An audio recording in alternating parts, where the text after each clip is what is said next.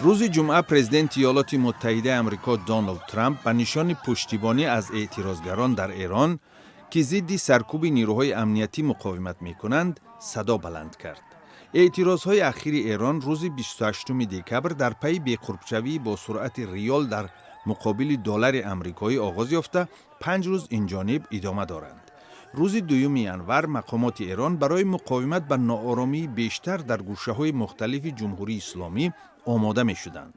رسانه‌های دولتی و گروه‌های بین‌المللی حامی حقوق انسان روز 1 ینور گفتند که در زدوخوردها میان اعتراضگران و نیروهای امنیتی دستی کم 7 نفر کشته و ده‌ها تن دیگر مجروح شدند.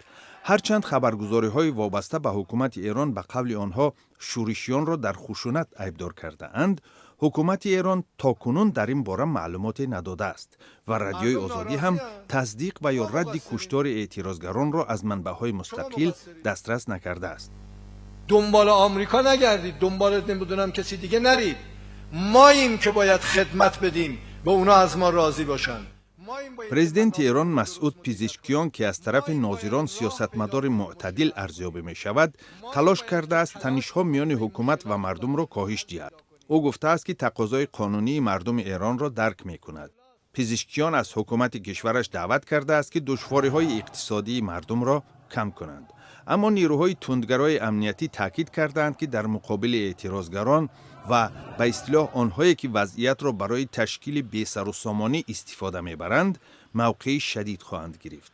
در صحبت با رادیوی فردا بخش فارسی رادیوی آزادی، یک سخنگوی دپارتمنت دولتی ایالات متحده آمریکا گفت که اعتراضها انعکاس غضب قابل فهم مردم ایران از ناکامی و بهانه‌جویی حکومت این کشور است.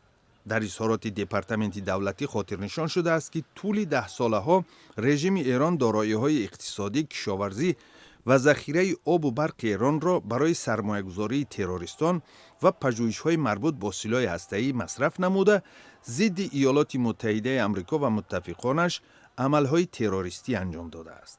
به نوشته دپارتمنت دولتی ایالات متحده آمریکا، حاضر هم رژیم ایران دارایی‌های کشور را برای پشتیبانی سراسری تروریسم و تعقیب مردم ایران که سزاوار زندگی بهتر است خرج می‌کند.